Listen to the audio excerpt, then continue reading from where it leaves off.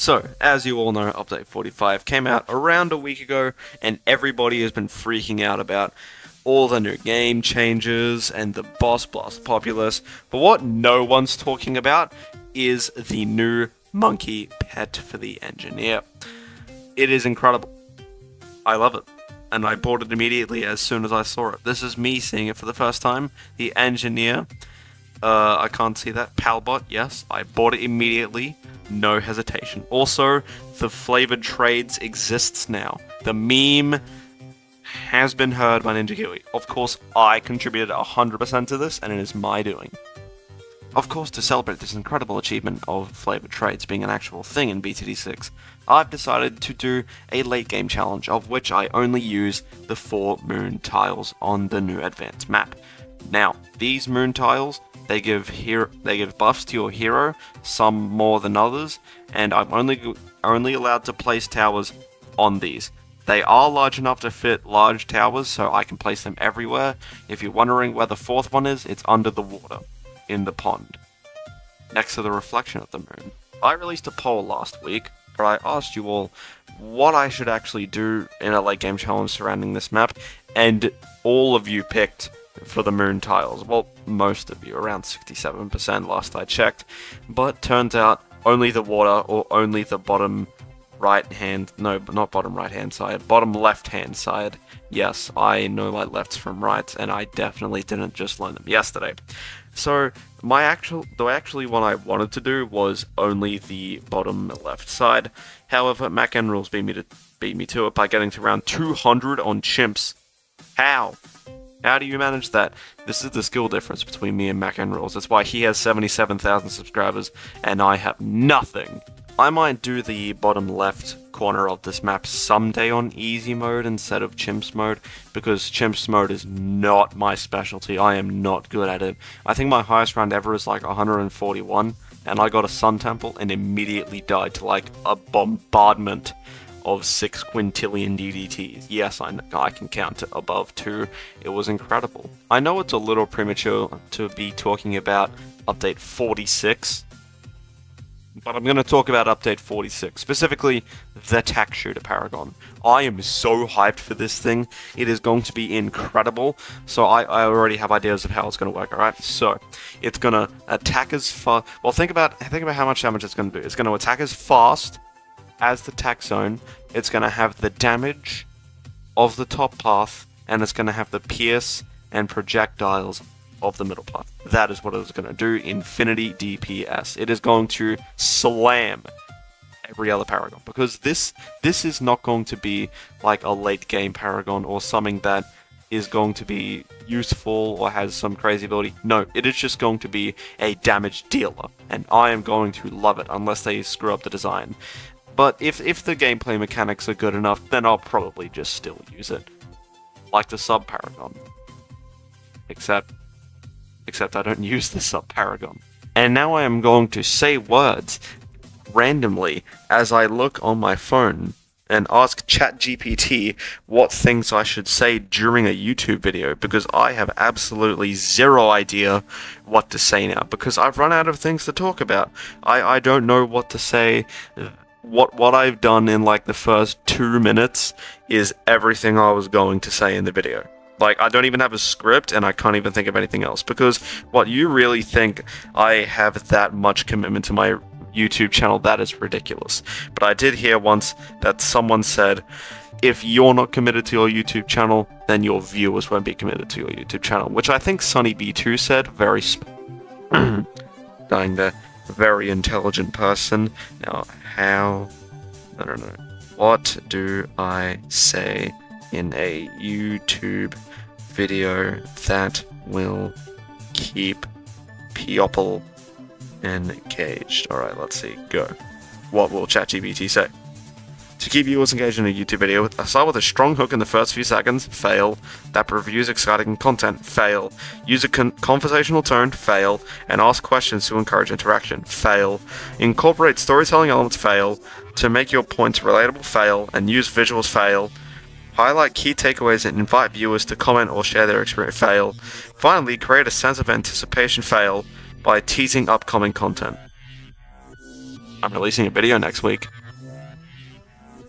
Like I usually would. I'm very sorry if you've listened to this. This is just some irrelevant side tangent. Oh god. I really don't know what to say.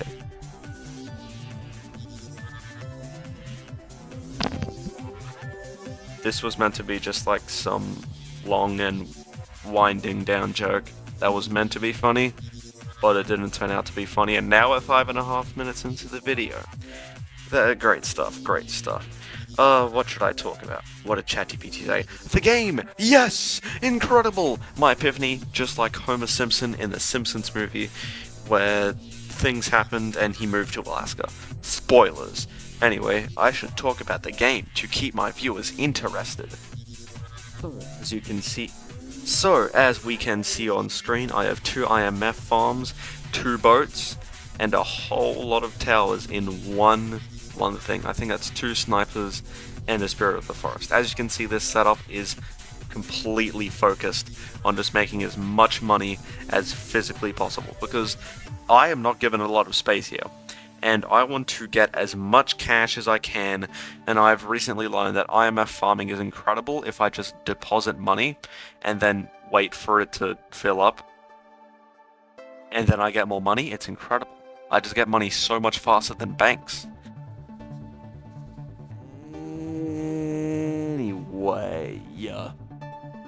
I'm now getting down an Ultra Boost so I can Ultra Boost this farm that I just purchased, the 520 farm, which, by the way, is the best moneymaker in the entire game. If you give it the bottom path of village buff and Ultra Boost and Doraldo's, whatever the hell item you call it, the thing that gives you more money, then this bad boy makes so much money per round. It's incredible. I think it makes upwards of $20,000 a round at max capacity. Meanwhile, the maximum some other loser towers can get is like 9,000. And that's the Sniper Monkey. Once again, I've run out of things to say, so I'm going to talk about the update. Update 45. I'm going to be honest, it's kind of mid.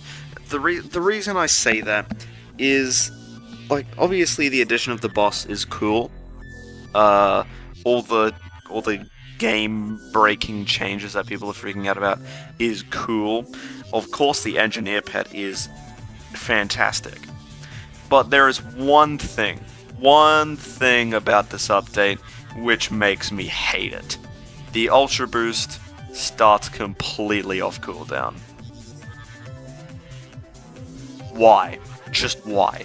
So, if you didn't know, the Ultra Boost, when you bought it, started off with its ability being 80% off cooldown. Basically, that means is you need to wait 20% of the entire cooldown until you can use it.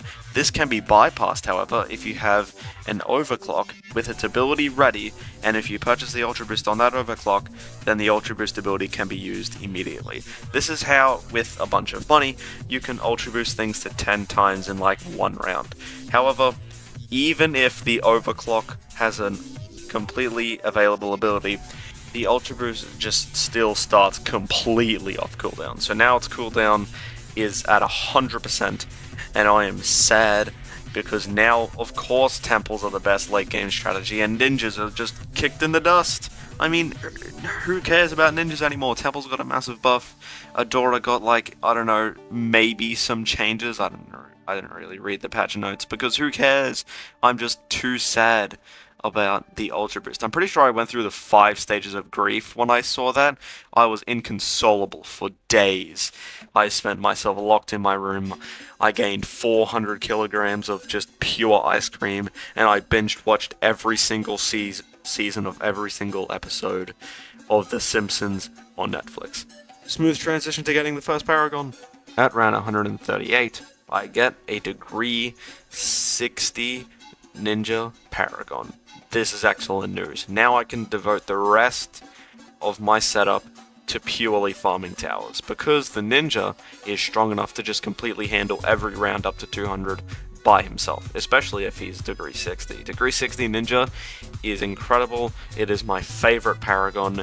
Suck it, boat. Using the Ninja Paragon, we survive until round 185, where I finally have enough money to afford a degree 81 Navark of the Seas. This is my second favorite Paragon. Suck it, Boomerang, and no, I am not going to get the Boomerang Paragon. You're not going to make me get the Boomerang Paragon. I refuse.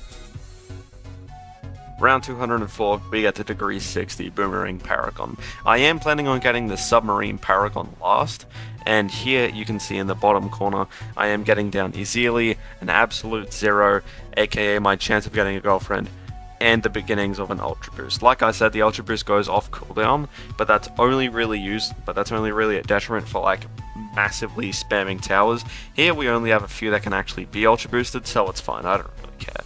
But still, Ninja Kiwi, why? Now with 4 high degree Paragons and a level 20 Azili and Ultra Boosted stuff and debuffs, which is a lot of stuff, on these 4 platforms, we can now continue the run. And now I can AFK and go have lunch, and I'm not going to speed it up this time because I'm getting sick of editing. I've edited 2 videos over the past 4 hours, and I really want to have some hot dogs. So, here's the plan. I am going to go have lunch. Meanwhile, future Brazio can just solve this. Surely he's competent and not hungry enough to actually do the work. So Future Brazio wasn't any help, so Present Brazio was back. But that's fine, because we are young, life is fun, we're going to make the most of it, or we'll regret it. However, I'm not regretting having the farming setup completely done by round 235. As you can see, well, not 235, round 240. As you can see, we're gunning for a Apex Plasma Master in the center moon thing that's not on the water, because every Paragon helps, and we are going to be skipping 3 of the Paragons in this run. The Ace we're skipping because it's too expensive, the Wizard we're skipping because it's too expensive, the Engineer we're skipping because I hate it.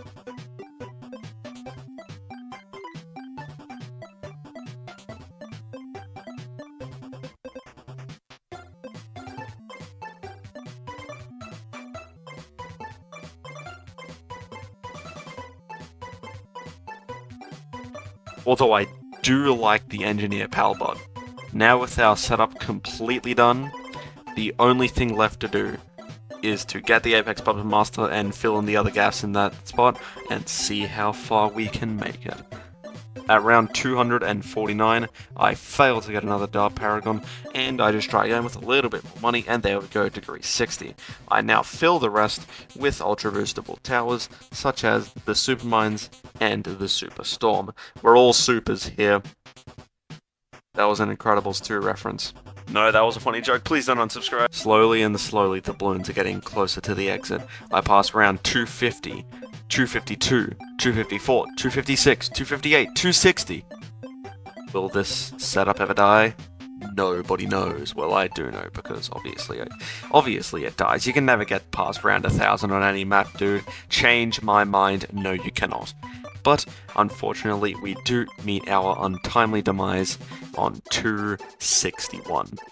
There were just way too many bads on this round. There were like 4 or 5 fortified bads, I think I remember. I don't know, I recorded this a relative a while ago. Basically when the update came out, actually.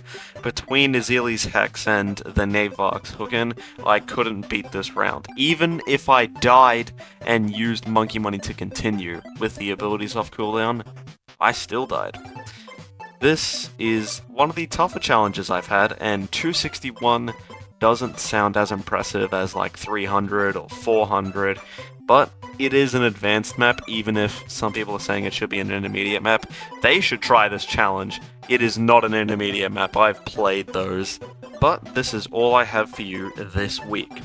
I will see you next week with another epic video.